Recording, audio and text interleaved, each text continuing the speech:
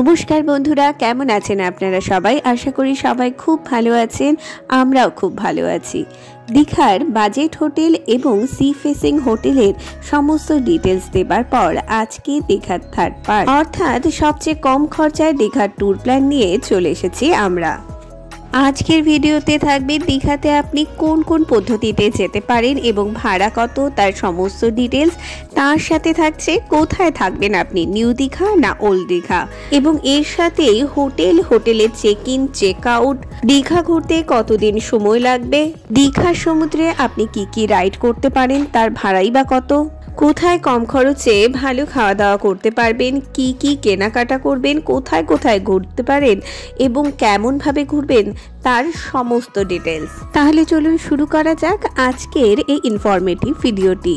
তার আগে একটু মনে করে দিই, চ্যানেলটিকে প্লিজ সাবস্ক্রাইব করে দেবেন এবং ভিডিওটি ভালো লাগলে অবশ্যই লাইক এবং শেয়ার করবেন এবং আপনাদের মূল্যবান মতামত কমেন্ট সেকশনে জানাবেন। ওকে, let's start the video.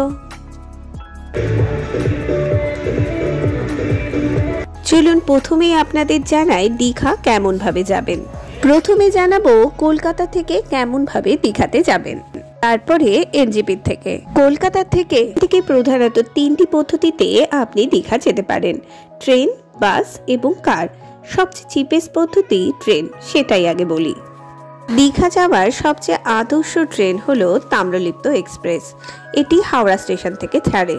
Tamralipta express Howrah station থেকে 6টা 50-এ ছাড়ে এবং দীঘাতে পৌঁছে যায় 10টা 15 থেকে 10টা 25-এর মাঝে, অর্থাৎ এটি সময় নয় 3 ঘন্টা 25 মিনিট। সেকেন্ড সিটিং এ এর টিকিট মূল্য 100 টাকা এবং আপনি এসি চেয়ার কারে যেতে চাইলে এর টিকিট মূল্য 370 টাকা। আর 5 থেকে 11 বছর বয়সের বাচ্চাদের টিকিট মূল্য 50 টাকা এবং এসিতে 190 টাকা। অন্যদিকে আরেকটি লোকাল ট্রেনও রয়েছে দীঘা যাবার জন্য। সেটি সাঁতরাগাছি স্টেশন থেকে সকাল 6টা 10 মিনিটে ছাড়ে মেচেদা লোকাল নাম নিয়ে।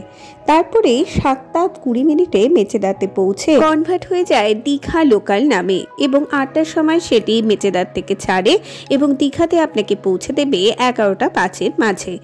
এই ট্রেনটির টিকিট মূল্য 40 টাকা। কলকাতা থেকে দীঘা আসার এটা সবচেয়ে চিপেস্ট পদ্ধতি। এবার বলি উত্তরবঙ্গ থেকে আপনি ডাইরেক্ট দীঘা কিভাবে পৌঁছবেন। ফ্রাইডেতে এনজেপি স্টেশন থেকে পাহাড়িয়া এক্সপ্রেস বলে একটি এক্সপ্রেস ট্রেন রয়েছে। এই ট্রেনটি রাত্রি 8টা 15-তে ছাড়ে এবং পরের দিন 11টা 55-তে গিয়ে পৌঁছায় দীঘাতে। এই ট্রেনে স্লিপার ক্লাসের মূল্য 410 টাকা, এসি 3 টায়ারের মূল্য 1110 টাকা এবং ফার্স্ট ক্লাসের মূল্য 2660 টাকা। এখন স্ক্রিনে যে লিস্টটি দেখতে পাচ্ছেন, এখানে বিভিন্ন ট্রেনের নাম এবং সময়সূচি দেওয়া রয়েছে যেগুলো দীঘাতে আসে।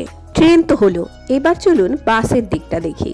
ধর্মতলা থেকে গোটা দিনে প্রচুর সরকারি এবং বেসরকারি বাস দীঘাতে আসে।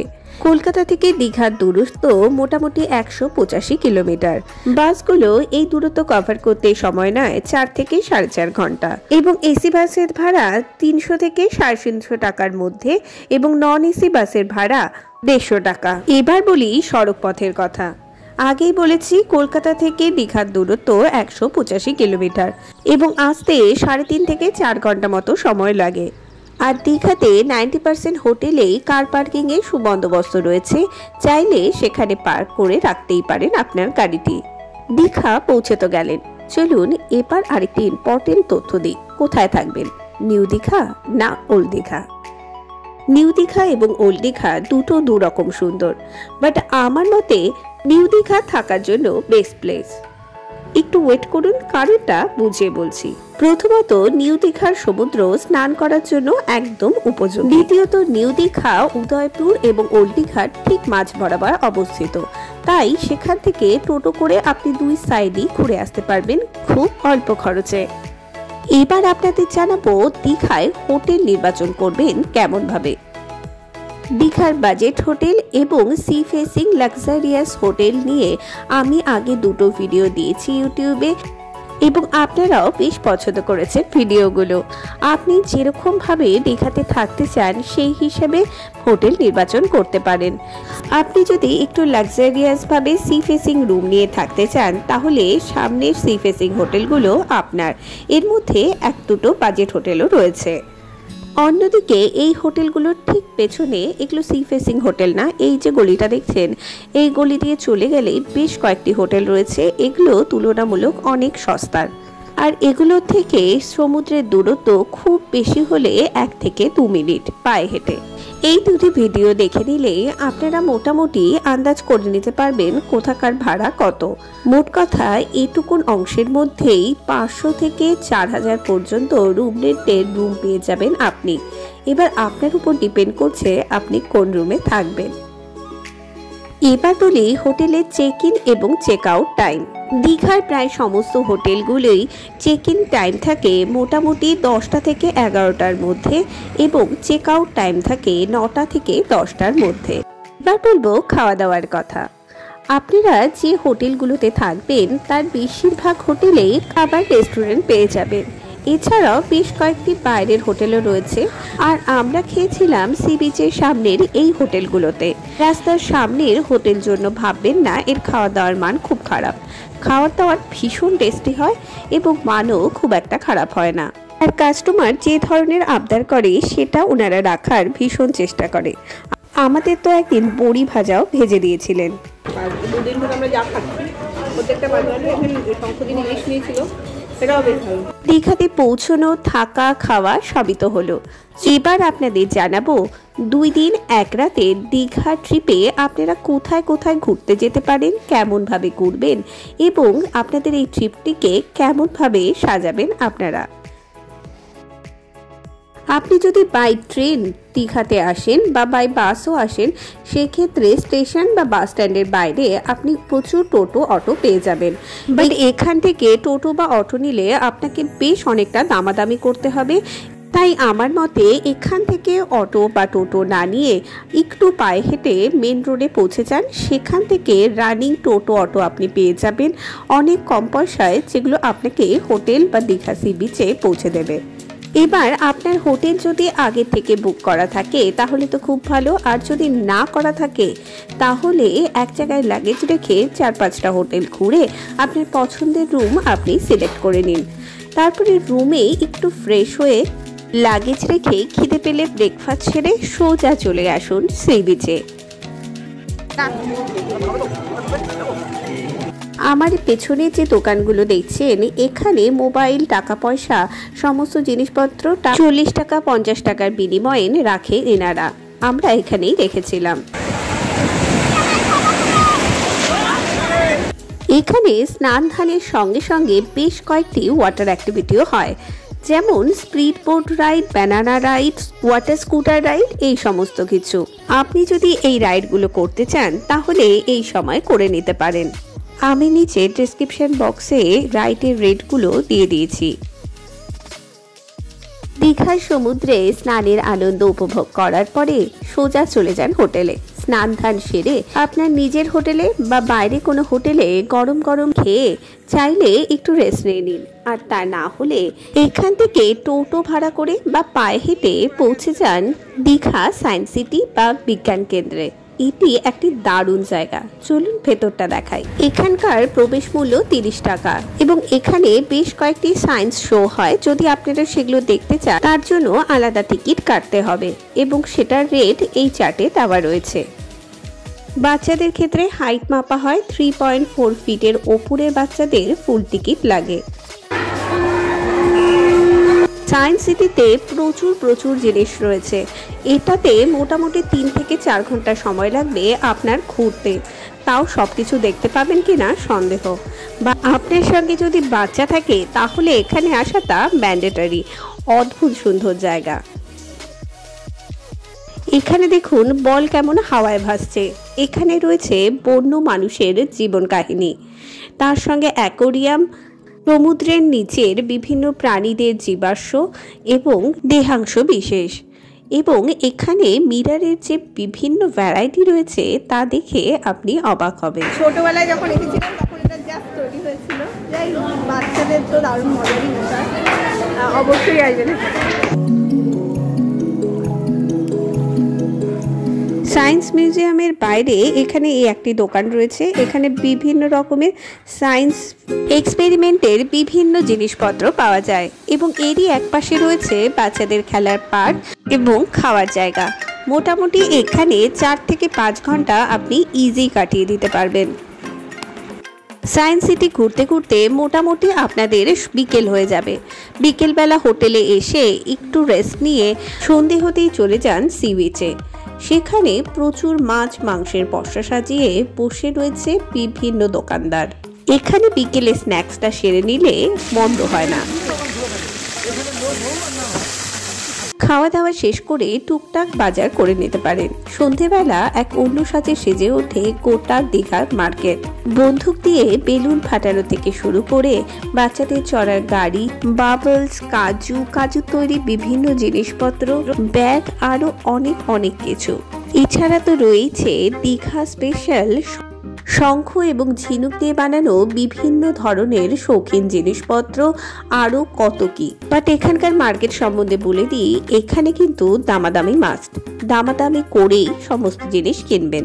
টুকটাক মার্কেটিং সেরে বিচের রাস্তা ধরে 2 থেকে 3 মিনিট হাঁটলেই আপনি পেয়ে যাবেন ঢেউসাগর। সে এক অদ্ভুত জায়গা। মোটামুটি একটা গোয়া ফিল পাবেন আপনি এখানে।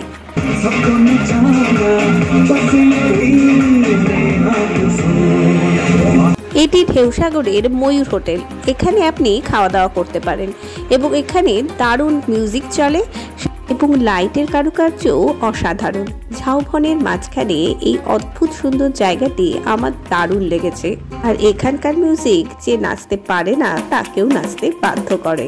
ঢেউসাগরে চাইলে আপনি দিনের বেলাতেও আসতে পারেন। 10 টাকা করে টিকিট লাগে পার হেড। বাট আমার মতে এখানে রাত্রে আসাই বেশি ভালো। জায়গাটা মোটামুটি ছোটখাটো গোয়া টাইপের তৈরি করেছে, লাউড মিউজিক আর প্রচুর কিছু আছে। এখানে ছোট থেকে বড় প্রত্যেকের জন্য বিভিন্ন রকমের অ্যাক্টিভিটি রয়েছে। এছাড়া পার্কও রয়েছে। এখানে এলে আপনার সন্ধ্যাটা দারুণভাবে কেটে যাবে। কখন যে 10টা বেজে যাবে আপনি টেরও পাবেন না। প্রচুর অ্যাক্টিভিটি রয়েছে সমস্ত বয়সের মানুষদের জন্য। নেক্সট ভিডিওতে ঢেউসাগরের ডিটেলস আপনি পেয়ে যাবেন।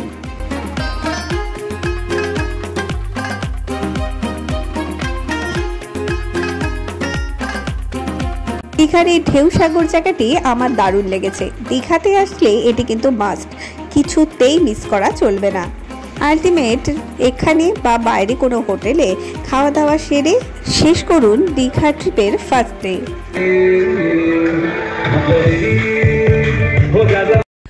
দ্বিতীয় দিন সকাল সকাল ঘুম থেকে উঠে বিচে এসে সূর্যোদয় দেখতে পারেন। যদিও আমরা যখন এসেছিলাম তখন আকাশ মেঘলা ছিল, সেহেতু সূর্যোদয় আমি দেখতে পাইনি। এরপর ঝটপট ব্রেকফাস্ট ছেড়ে রেডি হয়ে রওনা হয়ে যান সাইট সিনের উদ্দেশ্যে। 5 জন গেছিলাম আদৃশকে নিয়ে। আমাদের ভাড়া পড়েছিল 500 টাকা। আমাদের 5টি স্পট দেখাবে বলে টোটোওয়ালা নিয়ে গেছিল। এখানে 7 পয়েন্ট এবং 5 পয়েন্ট হয়। আমরা 5 পয়েন্টই চুজ করেছিলাম। টোটো প্রথমেই উড়িষ্যা বর্ডার বলে একটি পয়েন্ট দেখালো এবং তারপরে নিয়ে এলো এই রাধাকৃষ্ণ মন্দিরটিতে। এটা কিন্তু দারুণ। উড়িষ্যার জগন্নাথ মন্দিরের আদলে তৈরি হয়েছে এই মন্দিরটি। চলুন ভেতরটা দেখাই। সুন্দর কারুকার্য করা গোটা মন্দিরটি। রাধাকৃষ্ণ মন্দির দেখলাম, কিন্তু ভেতরে অ্যালাও না, তো সেহেতু করা গেল না। ভিডিওগ্রাফি যেটুকুন পারলাম সেটুকুনই দিলাম। আমরা চলে এসেছি চন্দনেশ্বর মন্দির। বেশ সুন্দরভাবে গেরুয়া রঙের পতাকা ফুল দিয়ে সাজিয়েছে চন্দনেশ্বর মন্দির। আর প্রচন্ড ভিড় এখন। ওই যে মাংকি মন্দিরে। এখানকার স্থানীয় লোকেদের কাছে এই মন্দিরের প্রচুর মান্যতা রয়েছে, সেই জন্য এখানে কিন্তু ভিড় খুব বেশি হয়। আমরা পৌঁছেছিলাম 10টা সাড়ে 10টার দিকে। তখনই দেখুন কি অবস্থা। আমরা তাই আর পুজো দেবার সাহস পেলাম না, প্রণাম করে বেরিয়ে পড়লাম। এখানে বাবা চন্দনেশ্বর বাদ দিয়েও জগন্নাথ মন্দির, চণ্ডী মন্দির, আরো বেশ কয়েকটি মন্দির রয়েছে। চন্দনেশ্বর মন্দির পার করে তারপরের গন্তব্য তাজপুর। এখানে লাল কাঁকড়ার দ্বীপ রয়েছে। এই যে বোটগুলো দেখছেন, এই বোটগুলো করে আপনাকে সেই মাঝখানে এক দ্বীপে নিয়ে যাওয়া হবে। সেখানে নাকি প্রচুর লাল কাঁকড়া আছে, আর এই বোটগুলোর ভাড়া 100 টাকা। স্ক্রিনে যে কালো কালো স্পটগুলো দেখছেন, এগুলো কিন্তু লাল কাঁকড়া। লাল কাঁকড়ার দ্বীপে লাল কাঁকড়া দেখতে পাবেন কিনা তার কিন্তু কোনো গ্যারান্টি নেই, কিন্তু এই যে পথটি সেটি কিন্তু বেশ সুন্দর। তাজপুরের মোহনাটিও নাকি খুব সুন্দর। সেখানে যাওয়ার জন্য এখন বাইক ভাড়াও পাওয়া যায়। নৌকা ছিল, এখন বাইক হয়ে গেছে। বাইকগুলো যদি ওরা নিয়ে যায় তাহলে 100 টাকা করে, আর যদি নিজে চালিয়ে যায় তাহলে 200 টাকা, মানে দুজন যেতে পারবে। সেই জন্যই তাজপুরের পরের গন্তব্য উদয়পুর। এটি উদয়পুর সি বিচ, যাকে পশ্চিমবঙ্গের মিনি গোয়াও বলা হয়। আমরা চলে এসেছি উদয়পুরে। তো এখানে অনেকে স্নান ধান করছে, যারা মনে করুন ট্যুর করতে, মানে এই সাইট সিন করতে বেরিয়েছেন, তো স্নানটা এখানেও সেরে নিতে পারেন যদি জামা কাপড় নিয়ে আসতে পারেন তাহলে। উদয়পুর সি বিচের যেটা প্রধান আকর্ষণ, এখানে প্রচুর মাছ, কাঁকড়া এই সমস্ত নিয়ে বসে দোকান। সামান্য টাকার বিনিময়ে ওনারা এটাকে ভেজে আপনাকে দেবে। এখানে প্রচুর চেয়ার পাতা থাকে। মাছ ভাজার সঙ্গে সফট ড্রিঙ্কস বা হার্ড ড্রিঙ্কস খেতে খেতে অদ্ভুত সুন্দর সমুদ্র উপভোগ করতে পারবেন এই সি বিচ থেকে। এখানে অনেকগুলো ওয়াটার স্পোর্টস অ্যাক্টিভিটিও হয়, চাইলে এগুলো আপনারা এনজয় করতে পারবেন। উদয়পুর সি বিচেও মোহনা যাওয়ার জন্য বাইক রেন্টে পাওয়া যায়। ওই একই দাম, 100 টাকা একজনের জন্য আর 200 টাকা গোটা বাইকের জন্য। উদয়পুরের মাধ্যমে আলটিমেট শেষ হলো দীঘার সাইট সিন। মোট সময় লাগে 3 থেকে 4 ঘন্টা।